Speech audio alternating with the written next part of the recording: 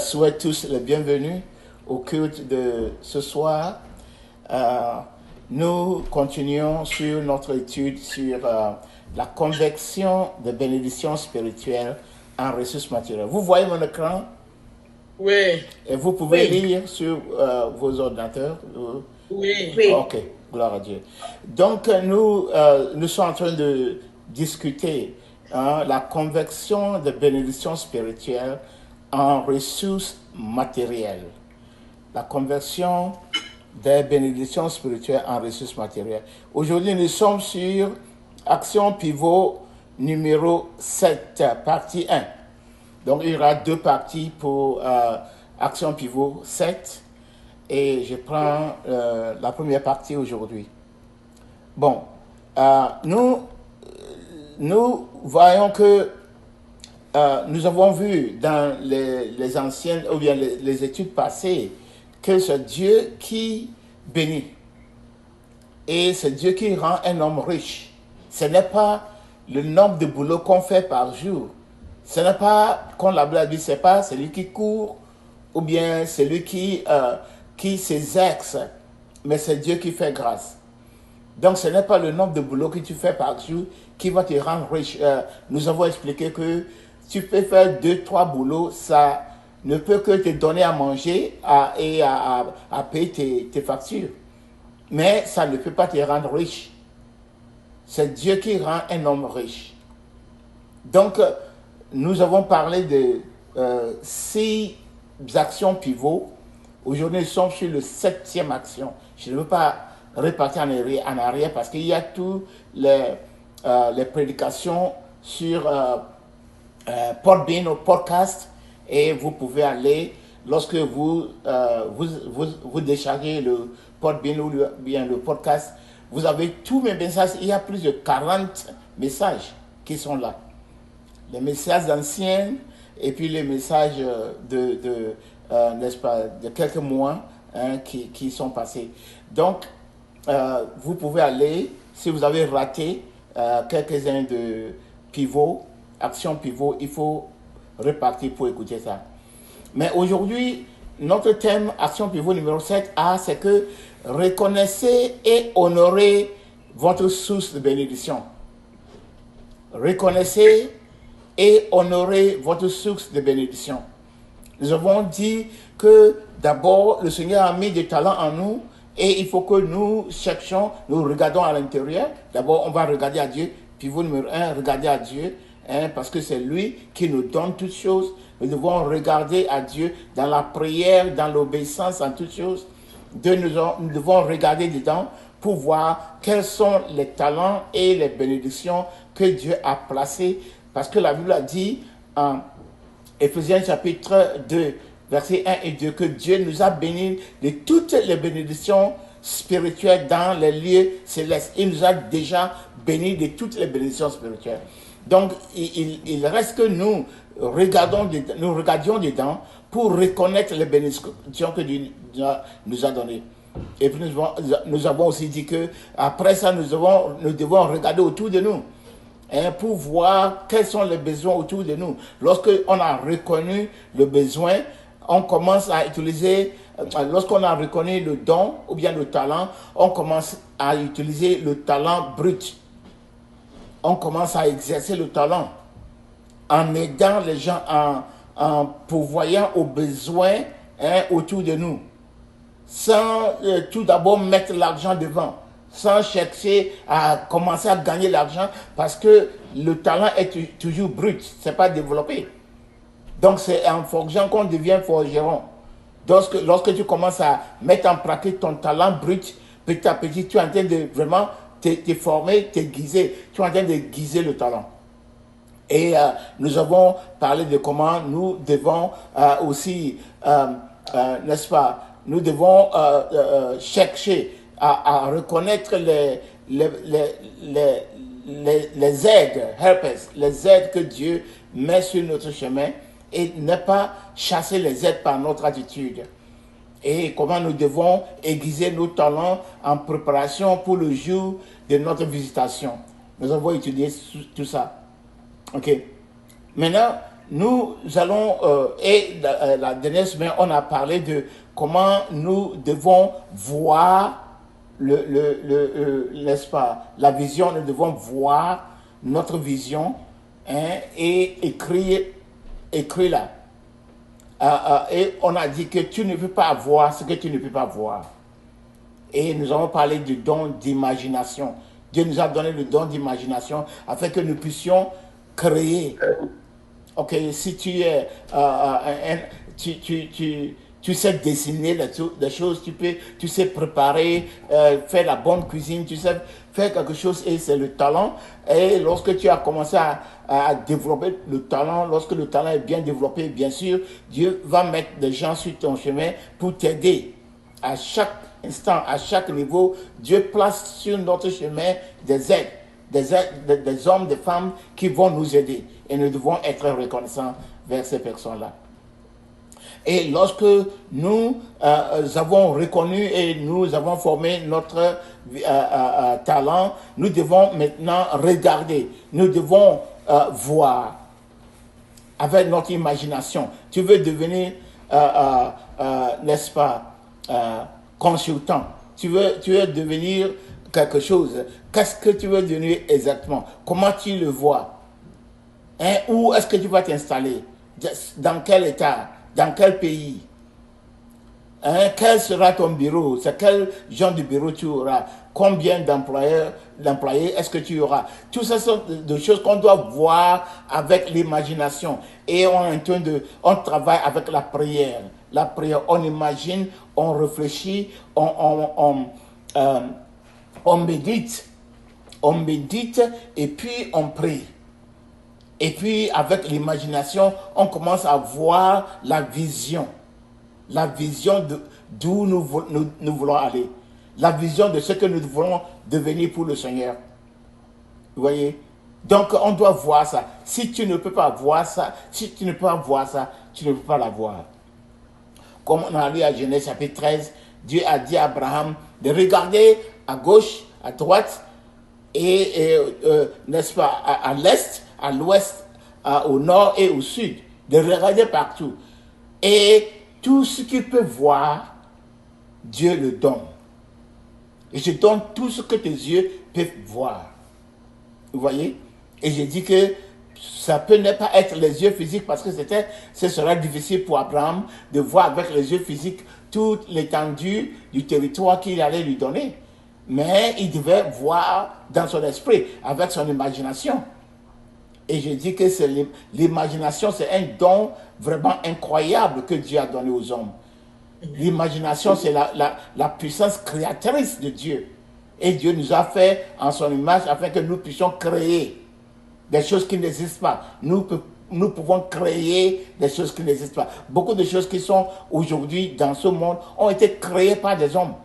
Parce que Dieu nous a donné la sagesse, il nous a donné cette tâche, il nous a donné cet attribut de lui-même, hein, qui nous permet de créer comme lui.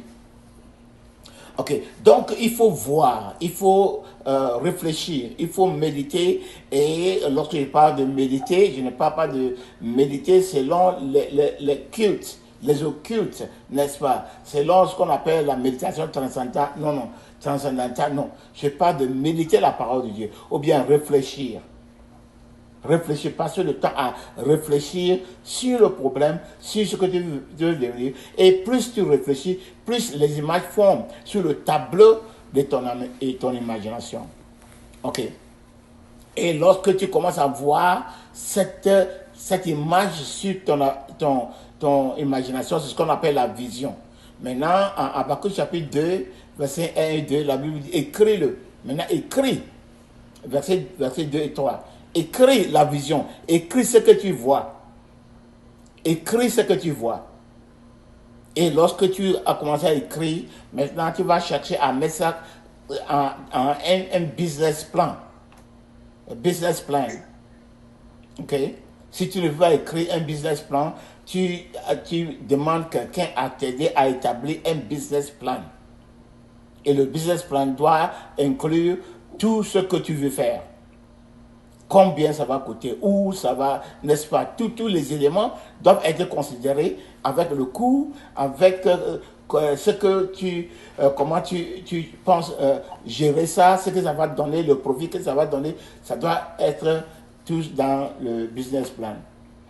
Et puis avec ce business plan, le Seigneur va te conduire à quelqu'un qui a de l'argent, toi tu n'as rien, mais tu as un plan, tu as, n'est-ce pas, une vision, tu as un talent, tu l'as développé, tu as un plan. Le Seigneur va t'amener quelqu'un qui a l'argent, mais qui n'a pas, n'est-ce pas, un plan, et tu vas faire le partenariat avec cette personne pour investir. Ok. Maintenant, après avoir investi, nous parlons de maintenant le niveau de business. Tu es dans le business. Tu as commencé quelque chose. Quelque petit soit la chose, tu as commencé. Tu as commencé à travailler pour toi-même. Tu as cessé d'être esclave pour quelqu'un. Tu as commencé à travailler pour toi-même parce que tu as développé ton talent et tu l'as mis en pratique. Maintenant, tu commences à gagner un peu d'argent. C'est là où nous arrivons à ce stade. Pivot numéro 7. A. Reconnaissez et honorez votre source de bénédiction. Il faut savoir ta source de bénédiction, il faut le reconnaître et il faut l'honorer. Genèse chapitre 14, verset 22 à 23. Il dit, Abraham répondit au roi de Sodome, je lève la main vers l'Éternel, le Dieu très haut, maître du ciel et de la terre. Je ne prendrai rien de tout ce qui est à toi, pas même un fil, ni un cordon de soulier, afin que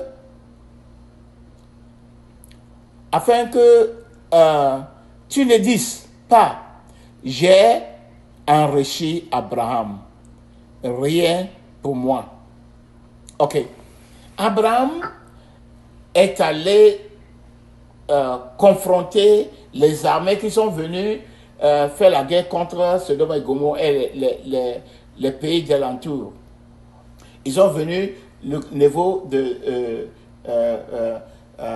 d'Abraham. Lot était à Sodome et Gomorrhe avec sa famille, mais il y a des 4 nations qui se sont mises ensemble pour venir se battre contre tous les pays d'alentour. Ils ont pris Lot et sa famille en otage. Quelqu'un est allé dire ça à Abraham. Abraham mobilisé 118 personnes, 118 hommes de sa maison, des esclaves, des serviteurs, tout ça. Il les a mobilisés. Il a attaqué 4 nations. Il les a vaincus. Et il a lâché, il a libéré Lot et sa famille. Il a libéré tous les hommes de Sodome et Gomorrhe. Maintenant, lorsque les gens de Sodome et Gomorrhe sont revenus, le roi de Sodome a dit à Abraham, vraiment, nous étions tous des captifs, tu nous as libérés. Donc, il faut prendre toute la richesse et donne-nous les hommes et les femmes, nos enfants, donne le peuple. Parce que nous étions tous des captifs, on nous a pris en otage. Donc nous appartenions à ces ennemis. Donc, puisque tu nous as libérés, tu as mis ta vie, n'est-ce pas, en danger pour nous libérer. Prends toute la richesse et donne-nous la population. Abraham dit, je ne prends rien, même pas le fil d'un soulier, pour que tu ne dises pas que c'est toi qui as enrichi Abraham. Et voilà quelqu'un, on lui a donné tout. Il faut prendre toute la richesse.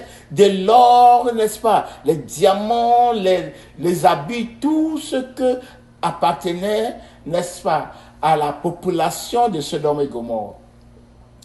Abraham a dit non, je ne prends rien.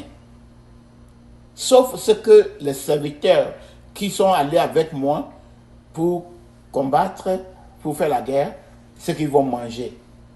La nourriture. Ils ont faim, donne-les à manger. Prenez toute autre chose. Parce que je ne veux pas que tu dises que c'est toi, le roi de Sodome, qui a rendu Abraham riche. Je connais la source de mes bénédictions.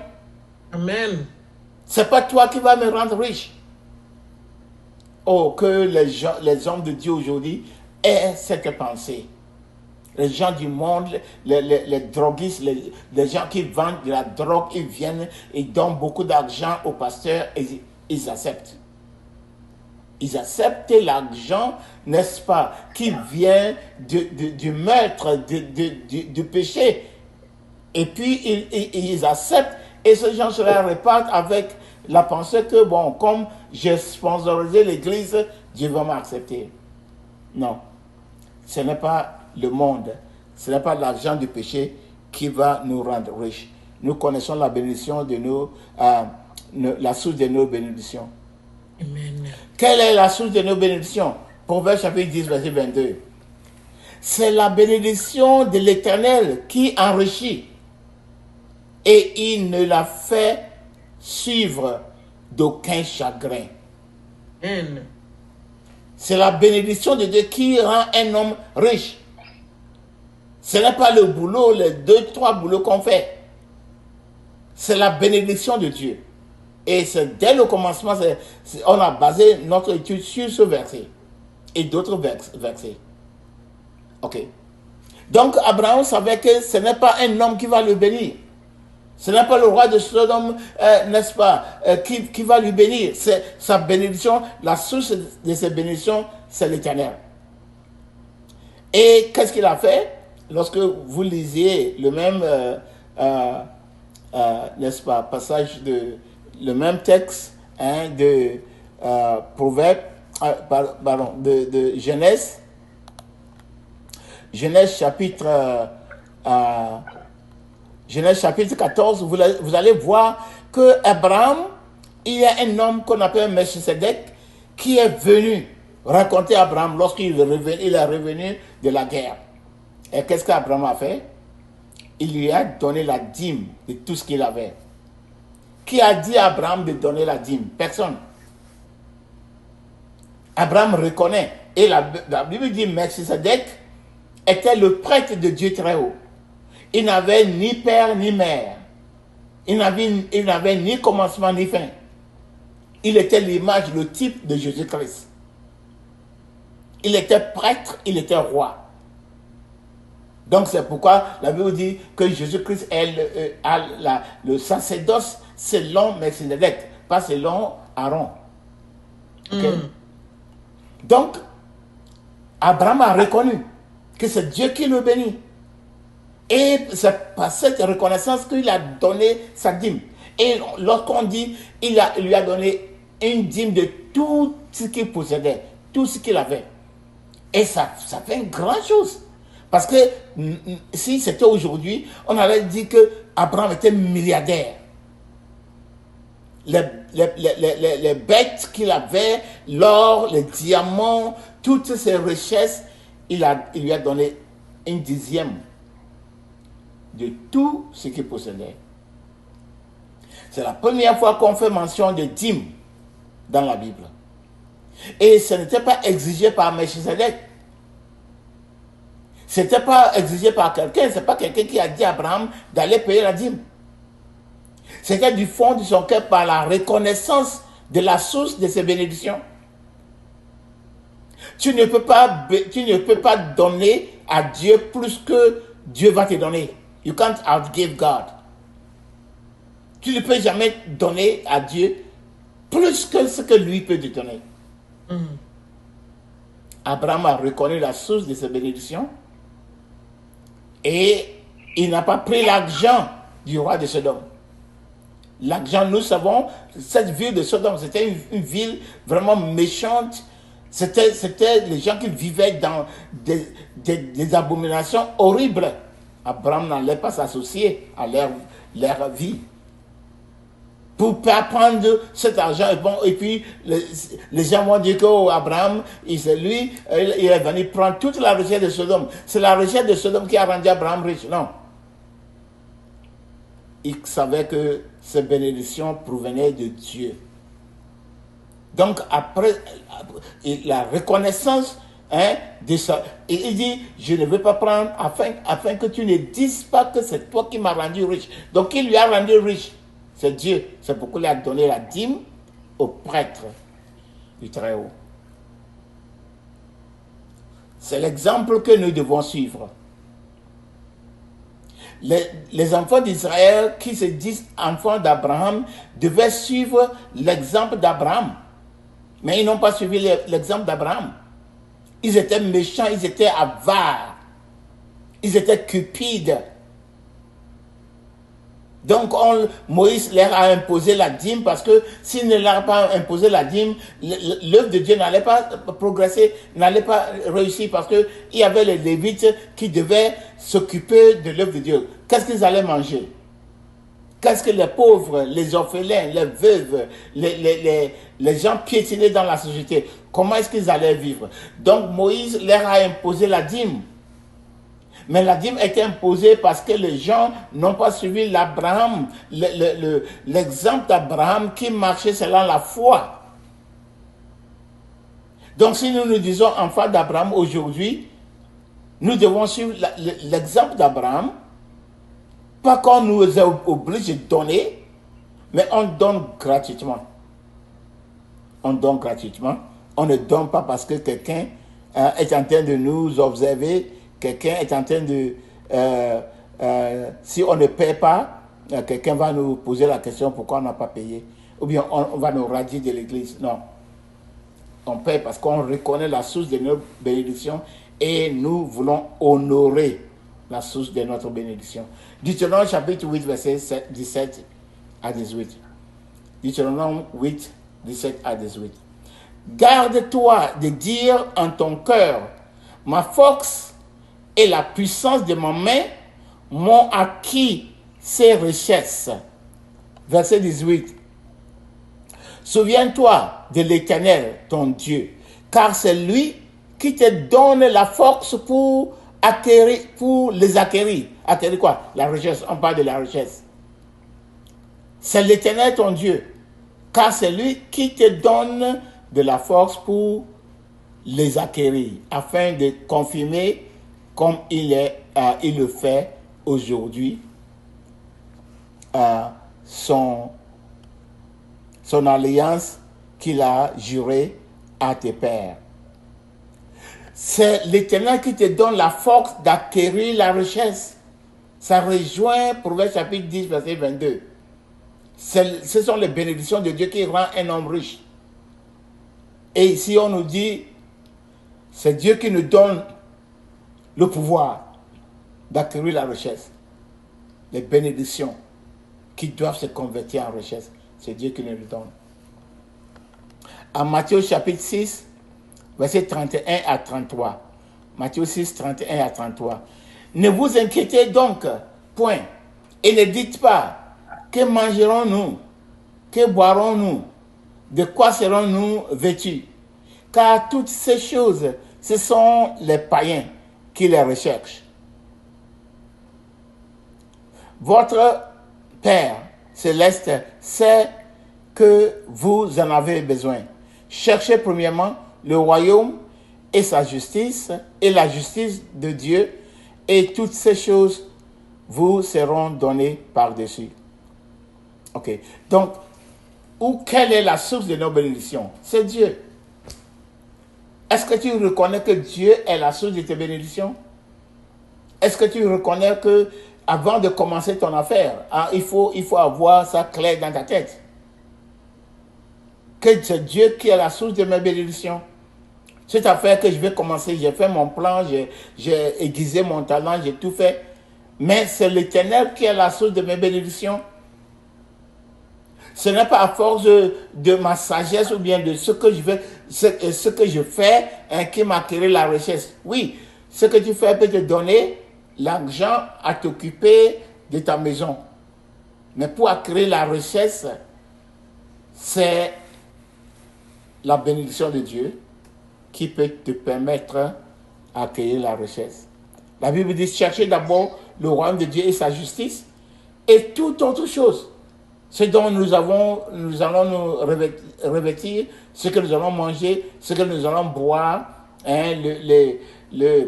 l'abri, n'est-ce pas? Tout ça, et Dieu, le Seigneur va nous donner tout ça par-dessus. par-dessus. Vous voyez? Donc de ne pas s'inquiéter. Quelle est la source de notre bénédiction? C'est Dieu. Et si tu es un enfant de Dieu et tu veux faire les affaires, il faut reconnaître ça. C'est le commencement. Le commencement de l'investissement. Le commencement de l'œuvre pour Dieu des affaires. C'est que Dieu est la source de mes bénédictions. Maintenant, la Bible dit Dieu pourvoira à nos besoins. Hein? Dieu pourvoira à nos besoins. Il dit, et toutes ces choses vous seront données par-dessus. Maintenant, toutes quelles choses? Ce que nous allons manger, là-bas a dit ça. Ce que nous allons manger, ce que nous allons boire, ce dont nous allons nous revêtir. Ce sont des besoins. Ce sont des besoins. Donc, quels sont les besoins? Comment est-ce qu'on définit les besoins? Les besoins, simplement, sont des choses sans lesquelles nous ne pouvons pas vivre ou atteindre notre but dans la vie. Ce sont les besoins. L'eau, on ne peut pas vivre sans l'eau. L'eau, c'est un besoin. La nourriture est un besoin. N'est-ce pas? L'abri, quelque part pour dormir, les vêtements, ce sont des besoins. Vous voyez? On ne peut pas vivre sans ces choses-là. Et puis, ce sont aussi des besoins, les choses dont on a besoin pour achever un but précis. Un but précis.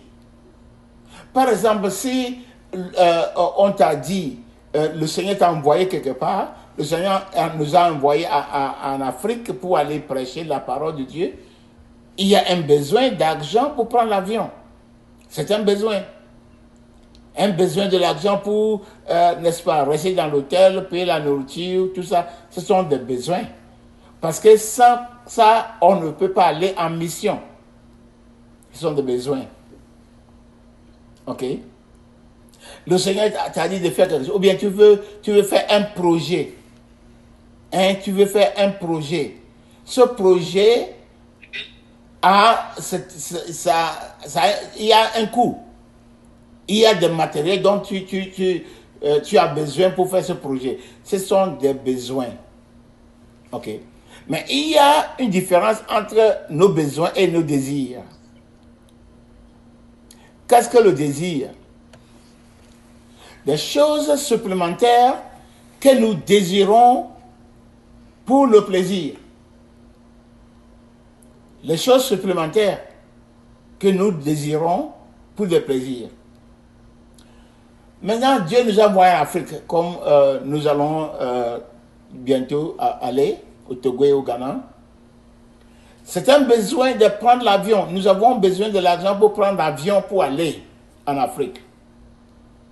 Maintenant, si moi je dis que je veux voler par first class, je veux voyager par first class, qui va coûter peut-être 5 000, 10 000, au lieu de 1400, 1500, pour prendre la classe économique, je dis non, je vais être confortable, je vais prendre first class. Ça, c'est un désir. Ce n'est pas un besoin. Ok, tu travailles, tu as besoin d'une voiture. Ça, c'est un besoin. Là où tu habites, de là jusqu'à ton boulot, ça fait quelques kilomètres et il n'y a pas de bus. Ou bien le bus, tu ne peux pas arriver là-bas, n'est-ce pas, en temps pour travailler. Donc, une voiture, c'est un besoin. Mais lorsque tu dis que, ok, pour aller au travail, j'ai besoin d'un Cadillac Lincoln, ça c'est un désir. Parce que Toyota un Corolla peut t'amener là-bas. Toutes les voitures, n'est-ce pas, qui ne sont pas aussi chères, peuvent t'amener là-bas, peuvent remplir les besoins. Donc nous devons faire une différence entre nos besoins et nos désirs. Nos désirs, c'est ce que nous désirons pour nous faire plaisir, ou bien pour faire plaisir aux autres. Dieu n'a jamais promis de fournir les choses que nous désirons avoir. Il a promis de répondre à nos besoins. Il n'y a nulle part dans la Bible où Dieu a dit qu'il va pourvoir à nos désirs. Quelqu'un va te dire, et ce que la Bible a dit en Somme, c'est Somme 37, 1, il dit, oui. Fais de l'Éternel tel délice, il accomplira les désirs de ton cœur. Mais il faut prendre les deux phrases. Fais de l'Éternel ton délice. Et il va te donner les désirs de ton cœur.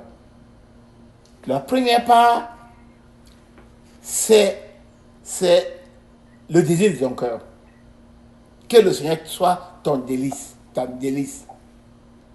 Que le Seigneur, le délice, c'est la chose, la nourriture la plus, que tu aimes plus. Ce que tu aimes plus. Fais de l'Éternel ce que tu aimes plus.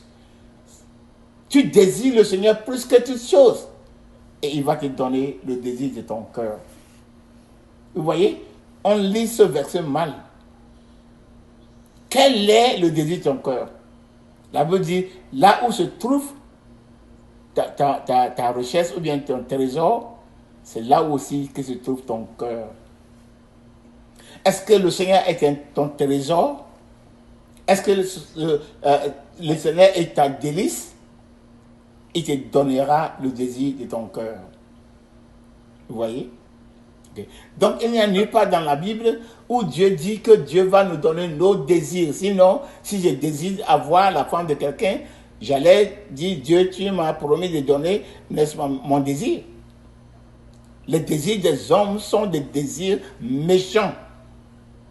Les désirs des hommes sont des désirs de débauche qui nous éloignent de Dieu. Dieu ne va jamais promettre de te donner le désir de ton cœur parce qu'il connaît ton cœur, la méchanceté de nos cœurs en tant que des êtres humains. Donc le Seigneur n'a jamais promis de nous donner le désir de nos cœurs. Il a promis de pourvoir à nos besoins.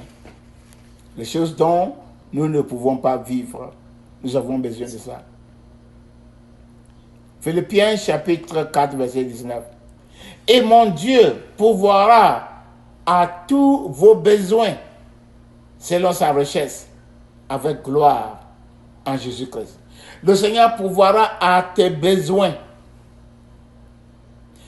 Qu'est-ce que tu as besoin sur la terre?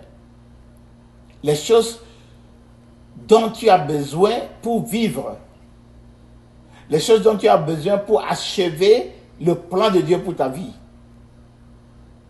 Ce sont les besoins. Dieu a promis de pouvoir à tous ces besoins-là. Okay. À quoi voulez-vous la chose? Donc nous parlons maintenant des prières qu'on fait dans l'église. Seigneur, donne-moi ceci. Seigneur, donne-moi cela. Seigneur, fais-moi ceci. À quoi voulez-vous la chose? Le but est-il pour le plaisir ou pour pouvoir aux besoins? C'est une question très, très, très critique dont nous devons répondre. Tout ce que tu es en train de travailler, tu travailles, tu veux faire un business, tout ça. Ok, tu veux faire, pourquoi? Pour avoir de l'argent. Pourquoi avoir l'argent? Il faut répondre à ces questions-là. Est-ce que c'est pour satisfaire tes plaisirs? Pour avoir 3-4 maisons, des grosses voitures, des vêtements que personne n'a, pour te vanter, pour dire moi c'est moi, tout le monde n'a qu'à plier les genoux devant moi? Ou bien c'est pour pouvoir aux besoins? aux besoins. Il y a des veuves, il y a des orphelins, il y a des pauvres, il y a des sans-abri, il y a des gens partout qui ont besoin d'un repas par jour. Un repas. Est-ce que c'est ça ton but? Si c'est ça ton but, le Seigneur va pourvoir. Il pourvoira. Quel que soit ce que tu désires, pour accomplir la tâche, pour accomplir ce qui est sur le cœur du Seigneur, pour accomplir la volonté de Dieu, Dieu pourvoira. C'est pour cela que lorsque le Seigneur nous a envoyés à l'Afrique de l'Ouest, on a fait un budget de 18 000 $. On n'a pas arrêté pour se poser la question, comment est-ce qu'on allait voir cet argent-là?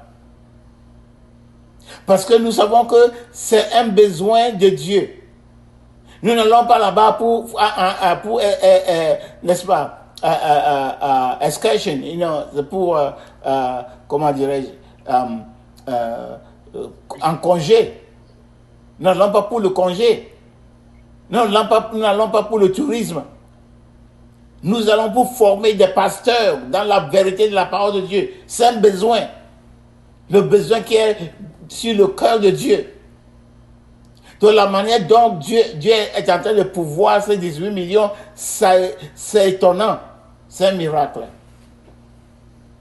Et pourquoi est-ce que je n'avais pas de doute que Dieu va pouvoir? Parce que c'était un besoin vraiment nécessaire pour Dieu. C'était sur le cœur de Dieu. Vous voyez? Le but est-il pour le plaisir, ton plaisir, ou pour pouvoir aux besoins? Il y a des besoins partout, autour de nous. Tu es en train de prier, jeûner, n'est-ce pas? Tu pries pour ton business, tu pries pour tout. Quel est ton but? Tu sais tout ça pourquoi? Pour quel but? Tu as tu as une maison, quelque part à dormir, tu as une bonne voiture, tu peux manger, tous tes besoins sont fournis. Mais tu veux plus que ça. Pourquoi est-ce que tu veux plus que ça? Le Seigneur a dit qu'il va pourvoir à nos besoins. Lorsqu'on a lu Matthieu chapitre 6, il dit, toutes ces choses, quelles choses? Ne vous en faites pas de ce que vous allez manger, ce que vous allez boire, ce dont vous allez vous revêtir. Parce que le Seigneur sait que vous avez besoin de ces choses-là. Cherchez d'abord le royaume de Dieu. Et toutes ces choses, quelles choses? Nos besoins. Si tu veux plus que des besoins, la question qu'il faut te poser serait pourquoi? Dieu est le Dieu qui gère toute la terre, qui a créé tous les hommes et les femmes, et qui est en train de pourvoir aux besoins de tout le monde. Tout le monde pleure. La Bible dit en Matthieu chapitre 5 que Dieu fait pleuvoir sur le champ des méchants aussi. Mais les gens qui ne sont pas chrétiens, qui ne craignent pas Dieu, Dieu leur donne à manger. Dieu pourvoit les besoins, même les animaux. Donc, toi, tu as tes besoins, on a...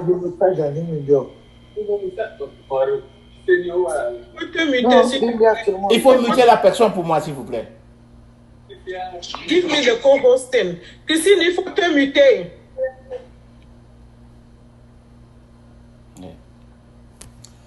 Donc, tu as des besoins et Dieu pourvoit à ces besoins-là. Mais toi, tu dis que tu as besoin plus que ça. Pourquoi? Pour te faire plaisir au moment où les gens ont des besoins non remplis, non fournis? Est-ce que vous comprenez le plan de Dieu? Vous comprenez le cœur de Dieu? Tu ne penses qu'à toi et à ta famille, mais Dieu pense à tes voisins. Dieu pense à tous ces pauvres qui crient. Chaque jour, Dieu ait pitié. Dieu aide-moi. Dieu, j'ai faim. Dieu, je suis malade. Dieu, le cœur de Dieu saigne pour eux. Et Dieu est en train de dire, qui enverrai-je?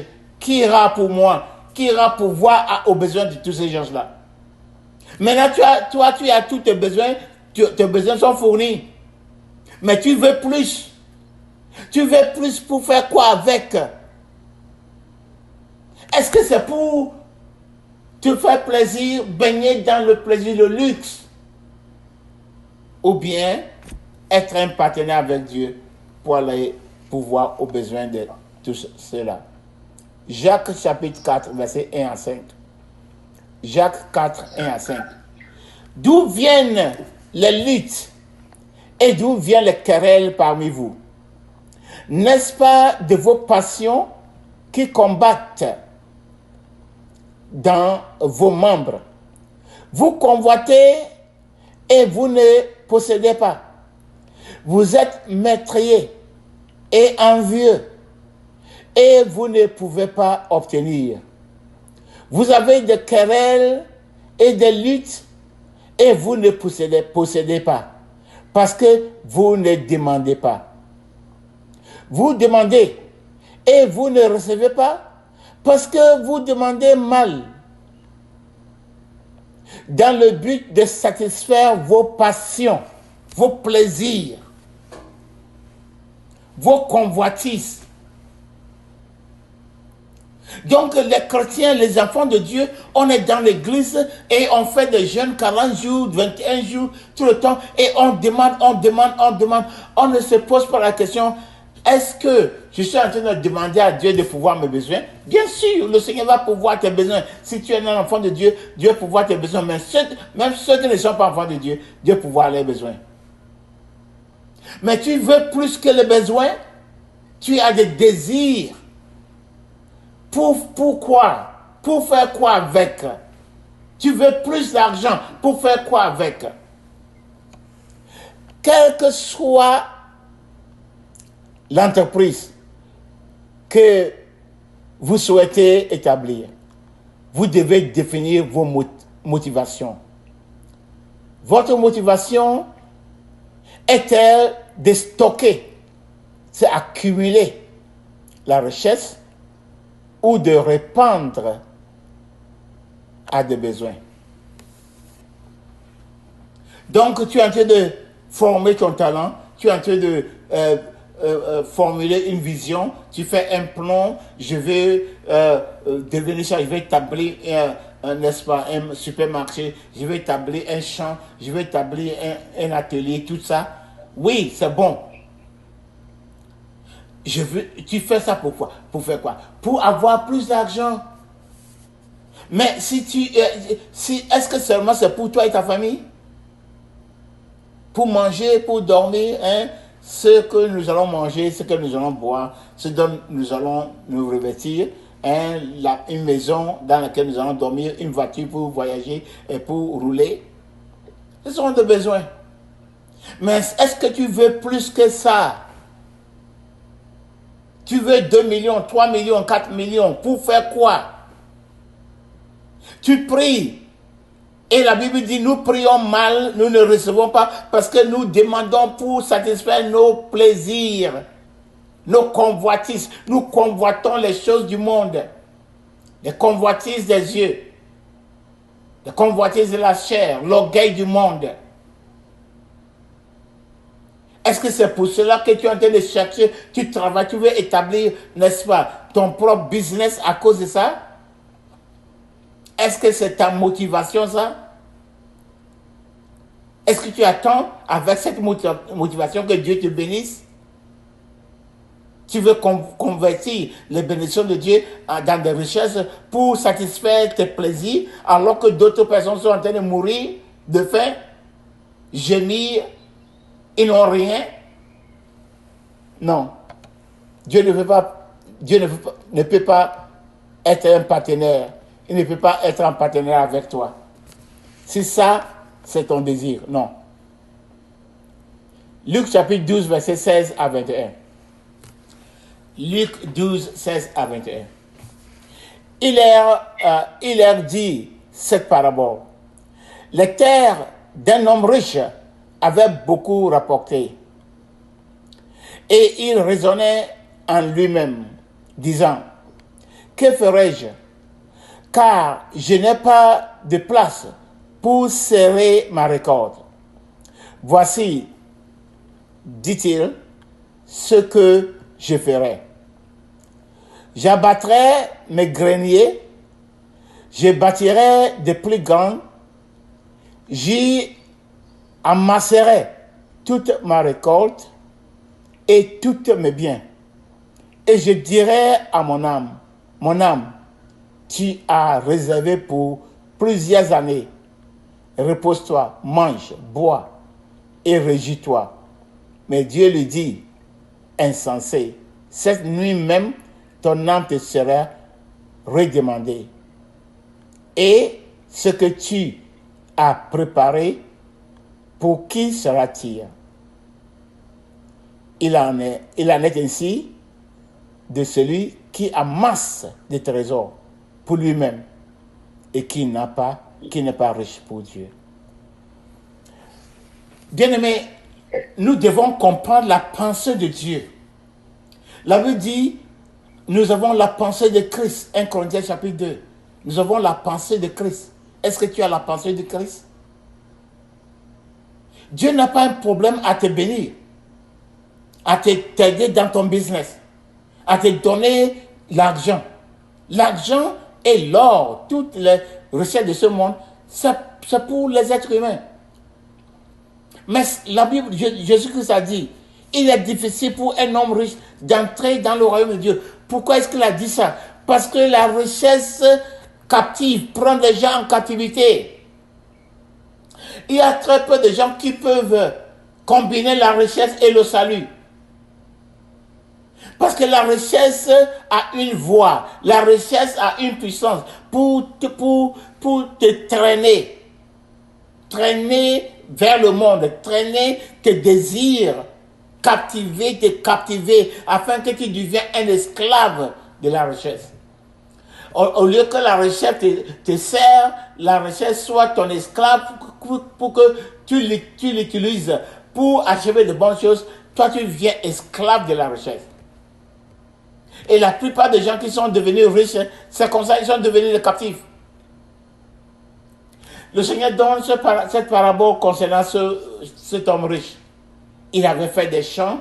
Les champs ont donné de bons n'est-ce pas, récoltes. Et il se dit, qu'est-ce que je ferai? Les greniers sont trop petits. Que ferai-je? Je vais abattre ces anciens greniers. Je vais construire des plus grands. Et je vais récolter pour amasser. Le mot amasser, c'est le mot tabou de l'Éternel. Je vous dis la vérité selon la parole de Jésus-Christ.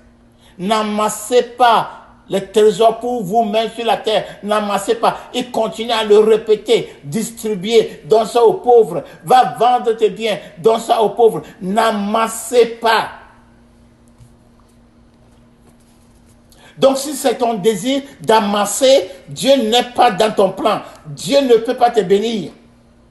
C'est pour cela que beaucoup de gens prient, ils jeûnent, ils n'en trouvent pas, ils n'ont pas ce qu'ils veulent, comme nous venons de le lire en Jacques chapitre 4.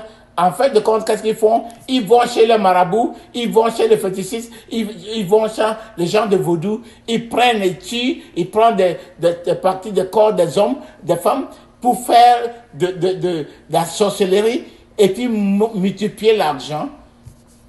Et puis, il vient dans l'église pour donner des témoignages.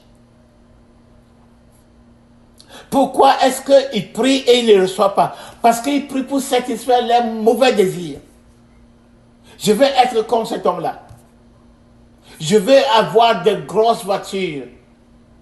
Et cet homme a dit, mon cœur, repose-toi, régis-toi. Parce que tu as amassé, tu as emmagasiné. Non, Dieu dit n'emmagasine pas. Toi, tu as emmagasiné au moment où quelqu'un a faim. Quelqu'un ne peut pas manger un repas par jour. Tu as emmagasiné pour 10 ans. Est-ce que Dieu va te laisser? Est-ce que Dieu va te bénir? Il faut lire le Nouveau Testament. Lis la parole de Jésus-Christ. Matthieu, Marc, Luc, Jean. De ce qui parle concernant les gens qui emmagasinent la richesse. Donc si c'est ton but d'emmagasiner, Dieu n'est pas avec toi. Dieu ne peut pas être un partenaire avec toi. Mais si tu as un plan du cœur de Dieu, je veux être un partenaire avec Dieu. Parce que tu regardes autour de toi, tu vois le misère. Tu vois les gens souffrir. En Afrique, les gens souffrent. Même ici, les sans-abri, les gens qui ont faim. Tu passes dans la rue, les gens demandent Kora, can you give me Kora, can you give me a dollar? Tous ces gens-là, les veuves, les orphelins, les gens qui souffrent en Afrique. C'est ce que fait souffrir ton cœur. Seigneur, je souhaite avoir l'argent pour aller là-bas. Ça, c'est un besoin. Ça, c'est un besoin. Et Dieu pourvoira à tes besoins. Alléluia. Dieu pourvoira à tes besoins. Parce que c'est un besoin. C'est quelqu'un a besoin de ça. Tu es en train de chercher à avoir cet argent pour remplir un besoin. Et Dieu pourvoira à tes besoins. Quel est ton besoin? Ton besoin, c'est pourvoir aux besoins de quelqu'un d'autre. Donc, il n'y a pas de limite à ce que Dieu va te bénir. Il n'y a pas de limite. Dieu va te bénir, n'est-ce pas, enrichir pour que tu puisses passer ça. Parce que tu ne vas pas emmagasiner ça. Mais cet homme a dit, je vais, n'est-ce pas, je vais récolter, je vais remplir, n'est-ce pas, pour plusieurs années, je vais emmagasiner et je vais dire à mon cœur que, voilà, tu as tout. Repose-toi. Pour des années à venir. Cependant, il y a quelqu'un qui ne peut pas manger un repas. Tu sais quel Dieu? C'est quel Dieu tu sais? Est-ce que tu sais le Dieu d'amour? Le Dieu d'amour qui nous dit même de donner nos vies, nos propres vies pour d'autres personnes? Dans 1 Jean chapitre 2, verset 16 à 20, comme le Seigneur nous a aimés et il a donné sa vie pour nous, il nous dit aussi de nous donner nos vies. Si tu ne peux même pas donner ton sou, tu ne peux pas donner de l'argent. Donc tu te trompes. Donc, quel est ton but? Tu veux développer ton talent, ton don, et tu veux bâtir. Tu as cette vision. Tu es en train de planifier pour établir un grand business. Pour faire quoi avec? Il faut définir ça avant même de commencer. Pour faire quoi avec? Pour remplir tes besoins, les besoins de ta famille et les besoins d'autrui, ou bien pour emmagasiner. Parce que tu te dis, oh, je vais amasser pour 10 ans. Donc d'ici 10 ans, je n'ai pas de problème. Le Seigneur va te dire, tu es bête, insensé. Cette nuit même, tu es en train de projeter pour toi seul, pour 10 ans. Tu as emmagasiné, les autres ont faim. Tu as emmagasiné pour 10 ans. Cette nuit même, je vais prendre ta vie. D'autres personnes vont prendre tout ce que tu as emmagasiné. Bien aimé, nous devons comprendre la pensée de Christ. C'est bon de faire des affaires, c'est bon de devenir riche. Mais devenir riche, pour faire quoi avec? Pour emmagasiner ou bien pour distribuer aux besoins des autres. Le Seigneur a dit, il pourvoira à tes besoins. Si ton but, c'est de remplir les besoins de toi-même, ta famille, et tu vois au-delà de ta famille. Bien-aimé, nous devons voir au-delà de nos familles. Si c'est ta famille, toi et ta famille, le Seigneur va pouvoir. Vous n'avez pas besoin d'1 million. Ce que vous allez manger, ce dont vous allez vous vêtir, c'est que vous allez une maison pour dormir. Le Seigneur va pouvoir. Mais ça suffit pour vous. Mais si tu es en train de regarder les orphelins dans le monde, les veuves, les pauvres, les sans-abri, oui, Dieu peut donner des millions parce que les besoins sont nombreux. Voilà le business, les affaires dans le Seigneur. Voilà le raisonnement que nous devons avoir. Voilà nos motivations. qui vont nous faire nous aligner avec le Seigneur, afin que le Seigneur fasse retomber sur nous les bénédictions que nous allons vraiment convertir. Le Seigneur va bénir ton travail. Alléluia. Éternel, nous te bénissons, nous te rendons toute la gloire. Nous prions que tu nous donnes la compréhension, que nous ne convoitons pas ce monde. Parce que ce monde et tous ses désirs vont passer.